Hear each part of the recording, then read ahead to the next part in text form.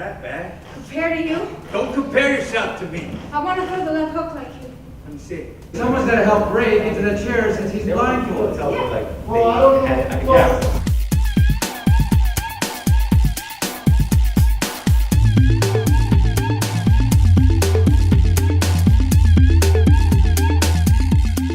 What's going on? What's cracking, my peoples, how you doing? I'm Jerry Quickly, and this is a special edition of This Is Happening.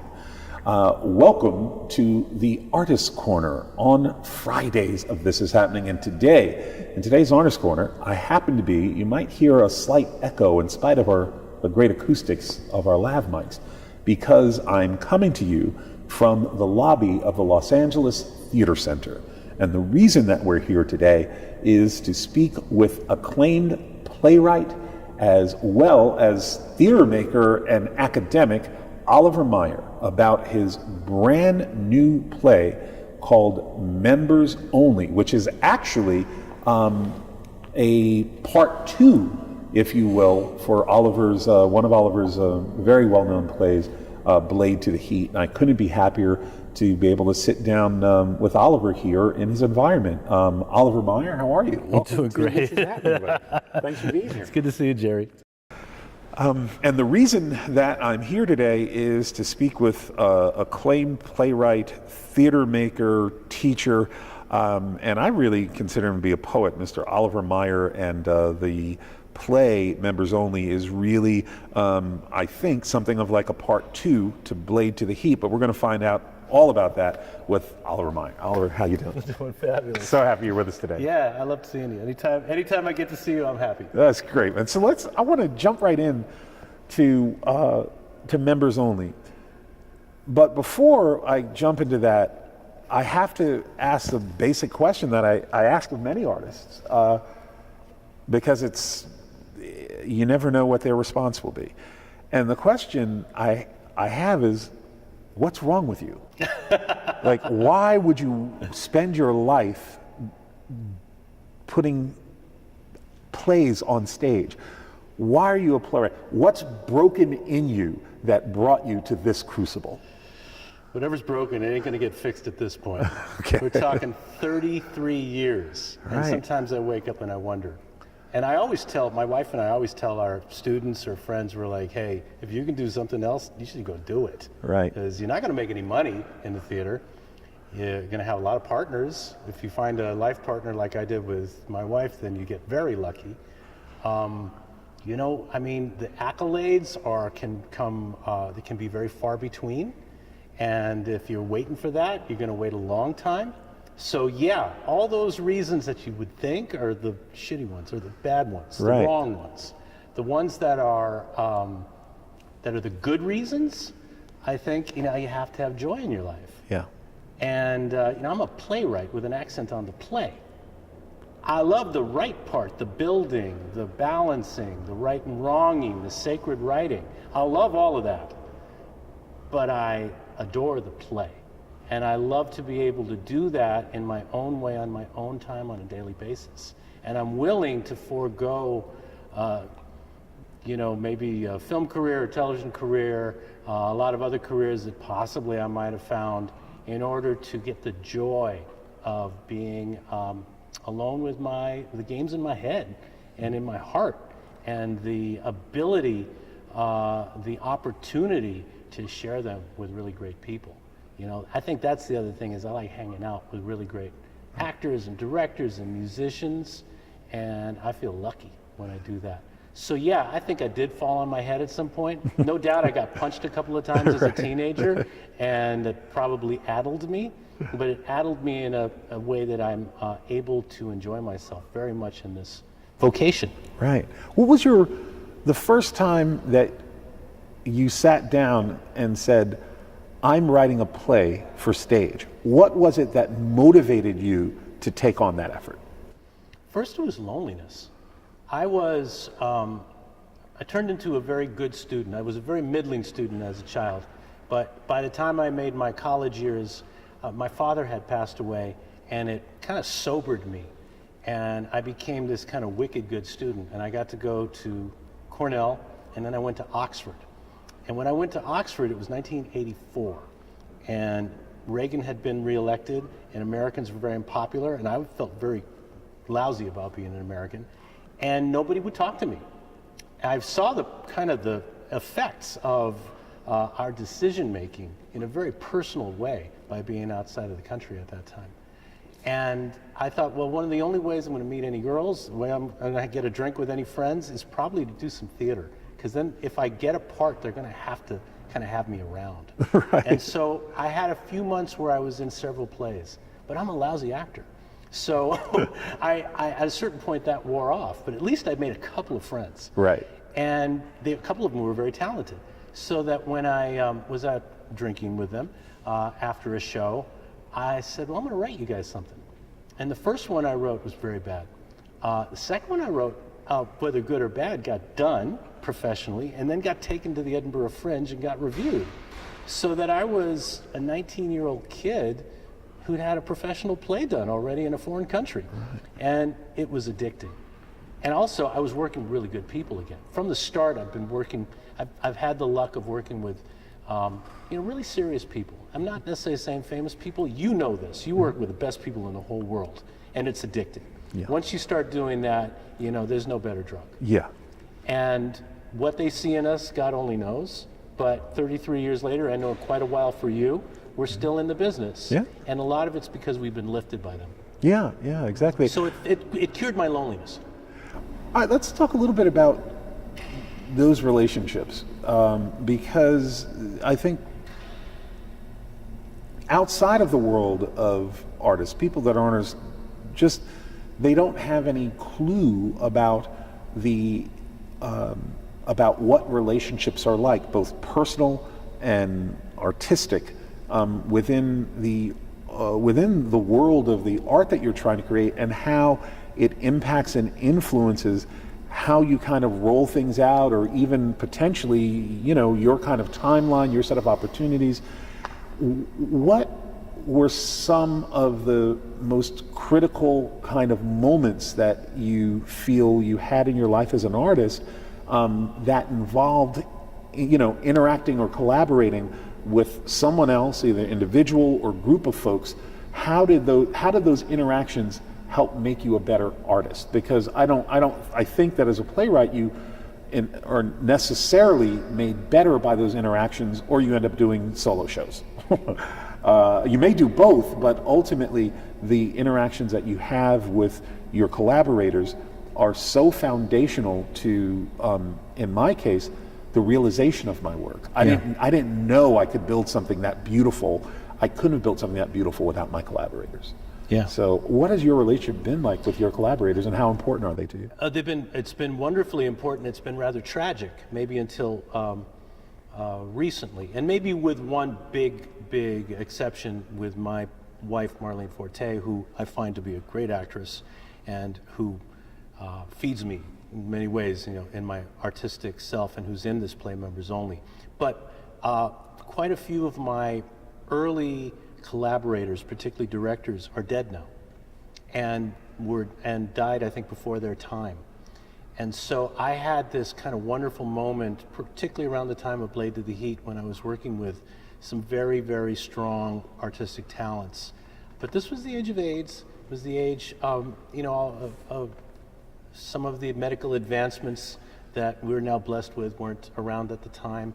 And so several people who I really would have leaned on for years, they just weren't there anymore. Mm. And it led me to, I think, to continue my work, and certainly to work with many other very good people. But to know that, to have had the experience of working with, really great artists and a transformative artist, it doesn't come around very often. Now I'm downstairs, we're at the lobby here, and downstairs in the theater I'm working with a very fine artist, a great artist named Jose Luis Valenzuela, with a 40-year career having directed opera and in other countries, originally from Mexico City, the artistic producing director of the Latino Theater Company, someone I've wanted to work with for 30 years. So I feel as if some of the tragedy of my early years is maybe giving way now to a second chance, a second coming. There's a line in the play that says, baby, if you live long enough, you get to be champ all over. Right. Now, I don't know if champ is a big thing, but definitely the idea that if you can just stick it out, that perhaps another opportunity comes around.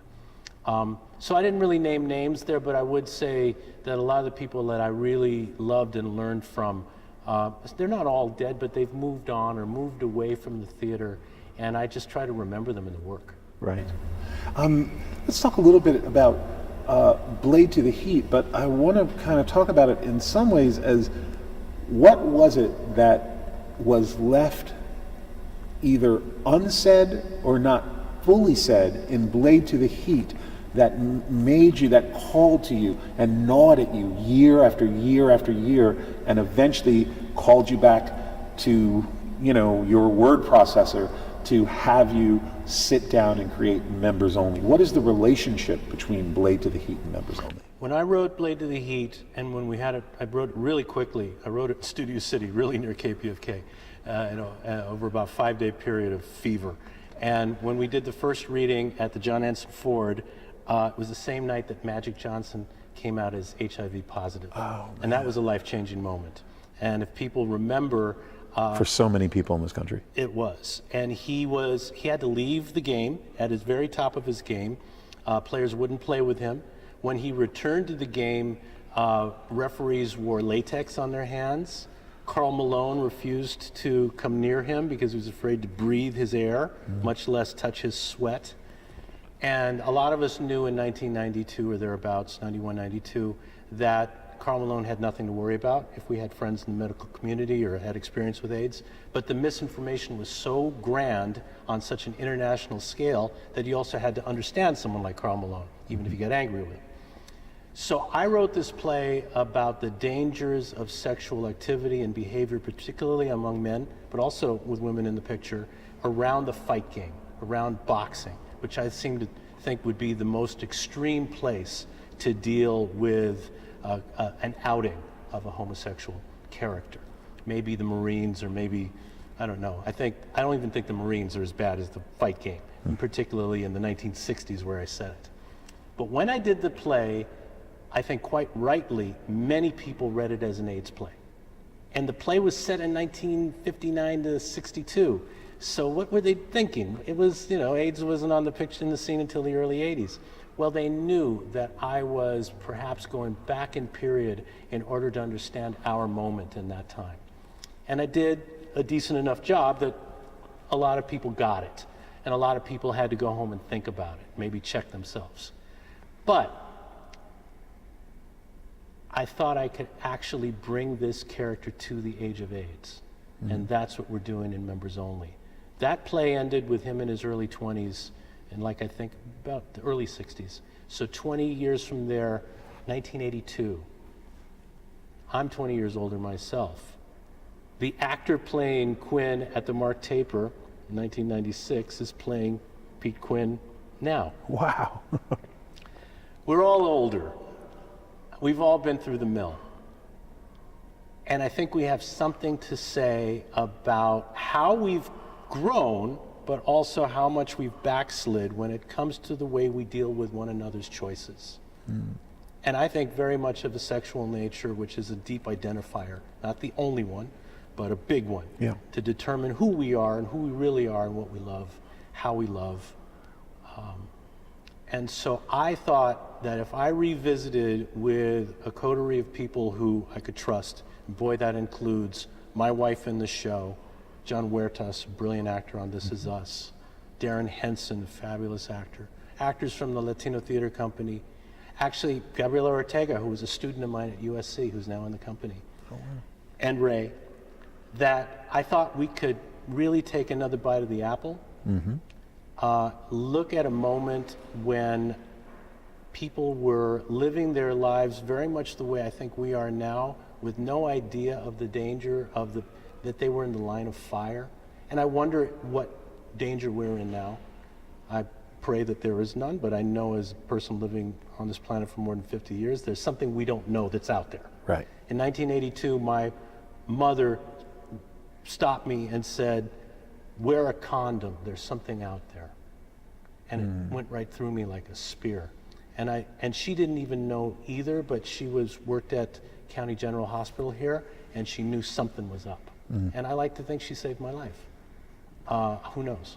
But I wonder now, what's the next scourge? And I think that we ought to be ready. It's the thing that we don't see coming, the slow blind curve that's going to lead us to our next moment of truth. Yeah, I think that's why artists, whether, I don't know, sometimes we're of it, sometimes we're not, but it's why we live in the future. That's right. That we are essentially calling back plays to the pack because we live in a future we imagine, and some of the things we imagine come to pass. They do. And sometimes they don't, but it's that the instinct, and that to base that instinct from a future perspective, and to also be in love with the concepts of conflict and love. I think that's why people write theater. Yeah, well, I know you do. Yeah, it's one of the reasons I do. Let me ask you about American theater and global theater as well. What do you think are some of what are American theater's? What do you think is its strongest challenge right now, and its strongest fulfillment or area of promise? And will your answers apply to global theater as well? Our strongest moment of promise is in our young writers, and some of whom don't even realize that they're writers yet. Our young livers are people who are alive right now and experiencing life, making bold choices, getting in trouble, hopefully being political, loving each other, maybe paying for it in rough ways. Some of them know they're artists, and some of them are going to be just sort of in the trial of fire, are going to realize that the only way out is to somehow put it in a song or a dance. Write your way out of it or don't. Somehow, yeah, that's the only way to survive it. So I find this truly terrible American moment that we're in, one that I'm not sure we'll get out of. I know we'll get out in some way, but not unscathed. Yeah, So that I'm sure that the one thing I can hold on to is that people who will survive it will write about it and act it and make music about it, and in surprising ways, not necessarily hitting it on the head, but maybe from angles, right? Exploring, finding new attack vectors. Yeah, and what might come from the remains, Right. Hopefully it's not as bad as I'm saying, but it could be. It really could be. So, that's the promise, is that the next generation is alive and well. Theater really means something again. There's something, I see it in my students, and I hope for it, that people come to a holy place, a place to go, be in the dark with others, afterwards to come out, have a drink. I think that's really important. Yeah. Oh, right. Open people up. A little discussion. Yeah, and try to figure out what the hell they just saw, and have their own opinions about it. I don't like plays. I don't like events where there's only one reaction to have. I like an open-ended opportunity to kind of find out who you are, how the play reflected back upon you. Right. So I think that is very meaningful in a moment where most of us are lost on one screen or another because of work or because people say that's the fun thing to do. I think what really is the fun thing to do is to be with other people, at least for a couple of hours. The trouble is that, we've priced ourselves out of the arts. The only way now that so many of us are able to do art is either by rushing it through or doing it for free. And I will still do it because I'm broken, the way that you have reminded me.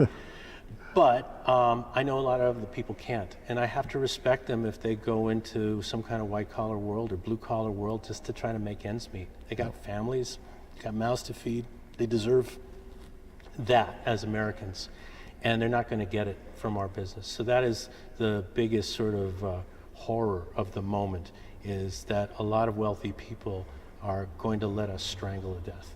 And so kind of I think it's up to us who are listening and who give a damn to go to the theater. I don't come to mine, but come to a bunch of plays. There's lots of good plays out right now. Go and and support it knowing that by being there, you're allowing this to continue. And if you don't come, it may go away. How much of those responses apply to theater created outside of America? Like what you described, is that a uniquely American issue that we have to deal with as theater makers here? Or how much of that is experienced in other places around the world? My own observation is that theater is really begrudgingly supported here in this country, if you can even describe it as begrudgingly so. And many other places around the world, there is a much more active relationship between institutions, governments, and artists. Absolutely. Although we have a poison pill as Americans because we're so damned attractive and our technology is so effective, whatever we do tends to happen in other places, even if it's 10, 20, 30 years down the line. So that Eastern Europe, places that have had great traditions of, in my case, theater, are now becoming more Americanized and perhaps maybe getting dispossessed of their history. And that's a real problem. But I'm with you. I know that I think particularly in places where there's unrest, the theater has a life. Yeah. That the first place you go, maybe protest songs and maybe the radio, but as well, you hit the stage or you make it on a flatbed and you try to reflect the revolution at hand in a piece of art. Right. And there's nothing like the theater for it because it's happening in the moment. And we're completely affected whether the Lakers won, much as well as whatever Trump just did. Right. And how hungry we are. And if we fell in love that day or out of love that day. Yeah. And it affects the chemistry amongst the people in the room. And that's a gorgeous, gorgeous thing. So I think other countries know that it's worth investing in. Now, again, some of the totalitarian our recent totalitarian governments in some of these places have begun to really crack down. I have a little experience in Poland, and I know that Poland's a great theater country, but I think they're undergoing some of this problem now. Their current regime is afraid of the theater, and that's we'll see what happens. Yeah. So yeah, I think that in many other ways, and this included, the world is ahead of us, but maybe it's all, rather than being linear, maybe it's all just a flat circle or a spiral or something. Right. So they'll catch up, or we'll catch up to them at some point. Oliver, before I lose you for that, I want to wrap up our conversation by at least touching on the work that you do as an educator at USC and working with new crop of playwrights from all over the country and everywhere else. Why are you working with these young artists, and can you do anything to stop them from taking my job? They're going to have both our jobs. They're going to have this job. For sure. If this works out, they will. Yeah. I love to teach, and I didn't think I would. Let's just be honest, to be on a particular university campus as beautiful as USC, where I'm at, is a gift every day, a gift that keeps on giving.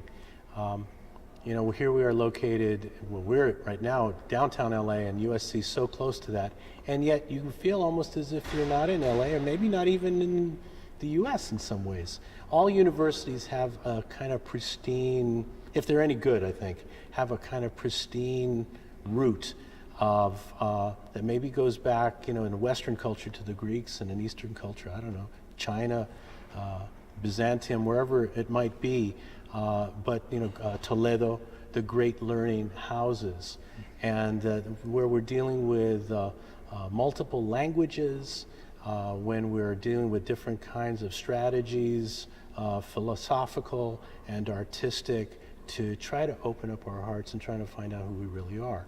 And that experience is glorious. And then I love to be on the university campus and meet people who are doing stuff I don't know what the hell they're doing in physics and engineering and stuff. I just know something cool is going on. Right. So to be there is great. Then to meet my students, who are quite brilliant and very ambitious usually. My undergrads can walk through walls. And that's the beautiful thing I think about youth, is you often can you can do the unexpected and possibly even the impossible and be unaware. And the best thing you can do to a young person is don't remind them. Don't tell them the miracle that they've just achieved. Right. Just Treat it like it's another day. Yeah, just keep going, Yeah. and then we'll have furthered the American theater in the process. My graduate students are in another world. As grads, they've got, they've had some success, which can be another poison pill, because then they think, well, that's the way it's done. Yeah. And my job is to try to problematize that and to get them back in the danger zone where they don't feel safe, where they don't feel... Take some risks. Yeah, they got to take those risks. And in order for me to have any street cred with them, I have to take risks. Hence the play you're seeing, which is nothing but risk on every page, which is nothing but risk with every actor involved, they can tell you, which involves physical risk because there's fights, which involves, singing when the whole, the duende that exists in every theater space where, that thing that makes the voice crack or makes the dance shoe break in the middle of the pas de deux. Mm-hmm. That thing that is so scary when you make someone kind of go to their edge and even beyond it. Well, the only way I can have that street cred is if I do it myself. And there's no telling, I can't tell you I did, I can just tell you that I tried. Yeah, you swung for the fences. Yeah, I mean, I think I've got a little bit of Yasiel Puig, I mean, I will strike out spectacularly, but, if you give me a shot, I'll try to put it over the fence. Yeah, try to go down I'll certainly, and I'll enjoy it as I do it. There it is. Well, Oliver Meyer's new play is opening, and depending on when you see this, it may already be open. It's at the Los Angeles Theater Center. It's called Members Only. It opens October 25th and runs through November 16th. 18th. Through November 18th, excuse me. The play opens October 25th and runs through November 18th at the Los Angeles Theater Center, 514 South Spring Street. Members only. You need to run, not walk. I'm so happy we were able to have the conversation today with professor, playwright, and theater maker Oliver Meyer. Oliver, thank you so much for being here today. Yeah, I love it. Really appreciate it. Thanks, Jerry. Thank you.